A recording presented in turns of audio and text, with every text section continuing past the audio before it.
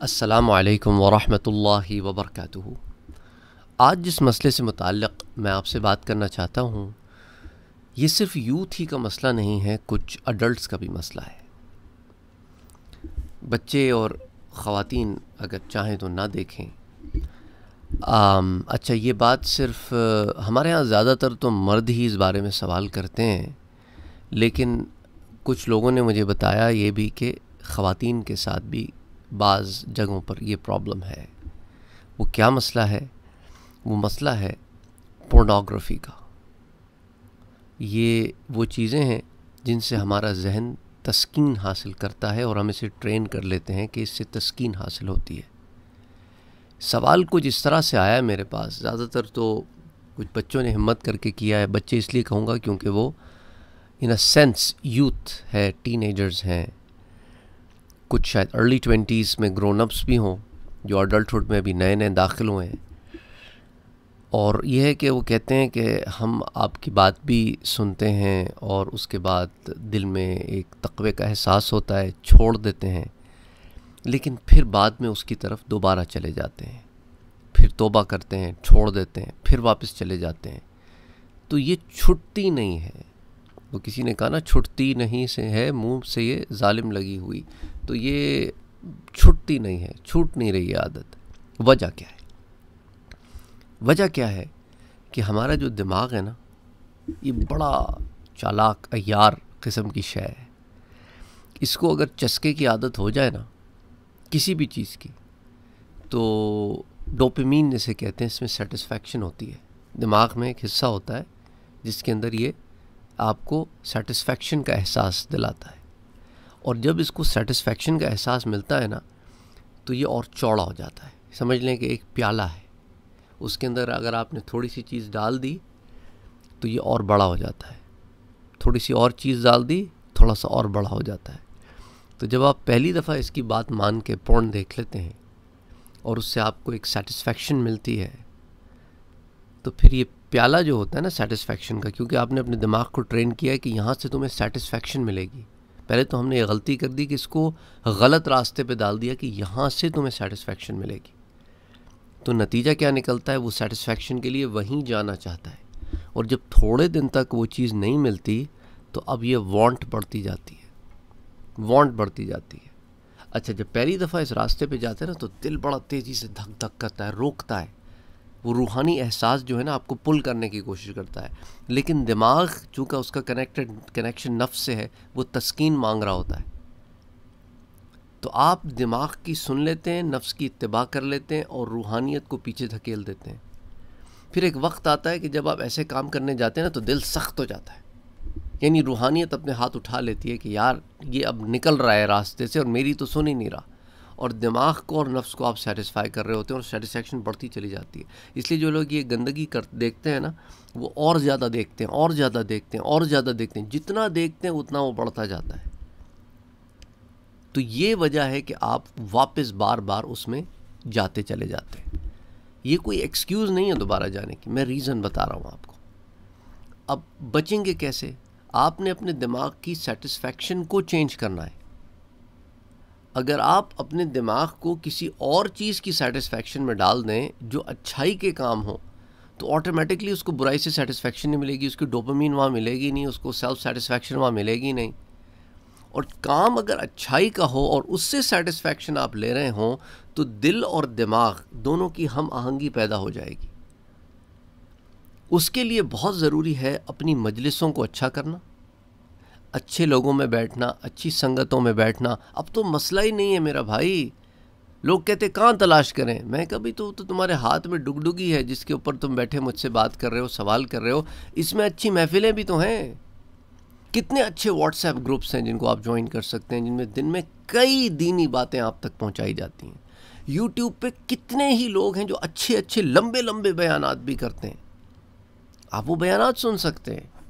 آپ وہاں سے سیٹسفیکشن، آپ نالج میں، اسلامک نالج میں اگر سیٹسفیکشن لے لیں تو آٹومیٹکلی آپ کے دماغ کا جو سیٹسفیکشن والا ایریا ہے جہاں آپ کو ڈوپامین مل رہی ہے، وہ کہہ رہا ہے ہاں بھائی اب ٹھنڈ پہ آ گئی ہے۔ تو وہ جو ٹھنڈ ہے نا، وہ آپ نے کہیں اور سے لے لینی ہے، اچھی جگہوں سے لے لینی ہے۔ تو پھر دل میں بھی سکون ہوگا اور دماغ میں بھی سکون ہوگا۔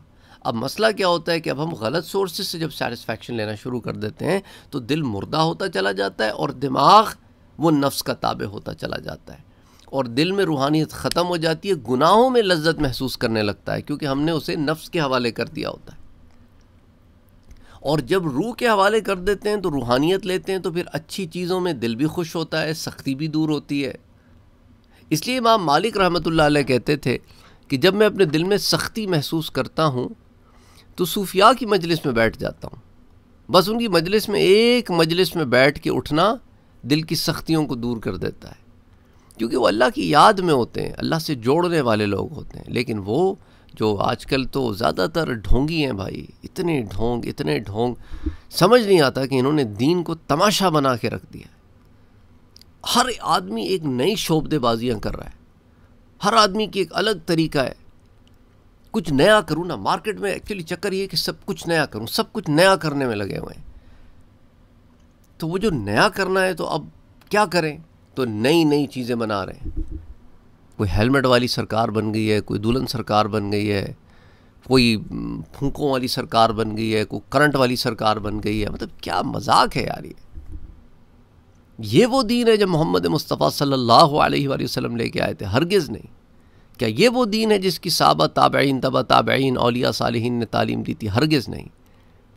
صوفیاء کی تعلیم یہ نہیں ہے، وہ تو تزکیۃ النفس کی تعلیم دیتے ہیں، یہ ڈراموں کی تھوڑی تعلیم دیتے ہیں، یہ تو ڈرامے ہیں، کبھی نہیں دیکھے گئے، اور یہ ہمارے ہاں کچھ زیادہ ہی ہیں۔ پھر دنیا میں اتنے مسلمان بستے ہیں لیکن یہاں یہ ڈرامے بہت زیادہ ہیں، سیٹسفیکشن ہی نہیں ملتی ان کو۔ جب میں دیکھتا ہوں نا، مذاق کے علاوہ ان لوگوں کو جب میں دیکھتا ہوں تو میرا دل سخت ہو جاتا ہے کہ یہ کیا ہے، یہ کس افسوس ہوتا ہے مجھے ان لوگوں پر جو ان محفلوں میں، مجلسوں میں بیٹھ کے اچھائی سمجھ رہے ہوتے ہیں، وہ سیٹسفیکشن لے رہے ہوتے ہیں، یا پتہ نہیں اپنی کسی غرض کی وجہ سے بیٹھے ہوتے ہیں کہ یہاں مرادیں پوری ہو جائیں گی۔ It's sad, it's very sad.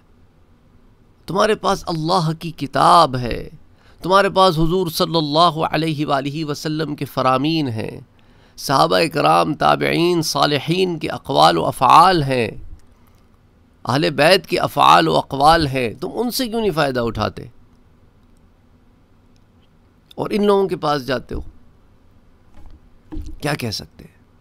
تو خیر بہرحال بات ہو رہی تھی کہ آپ نے ان چیزوں سے بھی بچنا ہے جنہیں لوگوں نے دین سمجھ لیا ہے، اور ان چیزوں سے بھی بچنا ہے جو گناہ ہیں۔ آپ نے ان چیزوں کی راہ اختیار کرنی ہے اپنے لیے، ایک سیٹسفیکشن، روحانی، جسمانی، دماغی، ذہنی سیٹسفیکشن کے لیے ایک وہ رائے عمل اختیار کرنی ہے جس کو آپ نمازوں میں مانگتے ہیں۔ اہدنا الصراط المستقیم صراط الذین انعمت علیہم، اے میرے رب مجھے سیدھا راستہ دکھا، اور راستہ ان کا جن پر تیرے انعام ہوئے۔ تو راستہ ان کا جن پر تیرے انعام ہوئے، یعنی تمہیں ان سے جڑنا پڑے گا، ان کی محفلوں میں، سنگتوں میں بیٹھنا پڑے گا، ان سے استفادہ حاصل کرنا پڑے گا، اور ساتھ ہی ساتھ اکیلے بیٹھنے سے بچو۔ دوسری بات، اکیلے جب بیٹھتے ہو نا، تمہارے پاس فون نہیں ہونا چاہیے۔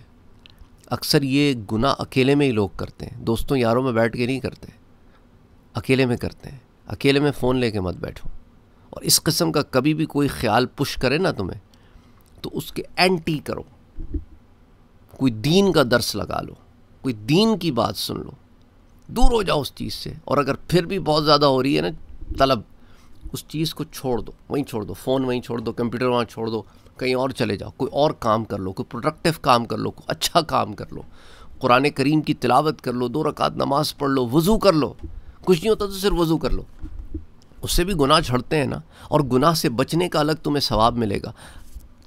نفس بڑا شور کرے گا، بہت شور کرے گا نفس، ایسے نا ایسے کوئی ضدی ہو جائے نا کوئی بچہ ضدی ہو جائے، وہ ایک دن میں نہیں سدھرتا، اس کو مار کے بہت ہوا تو آپ ڈرا دیں گے تھوڑی دیر کے لیے، وہ پھر وہ حرکتیں شروع کر دیتا ہے۔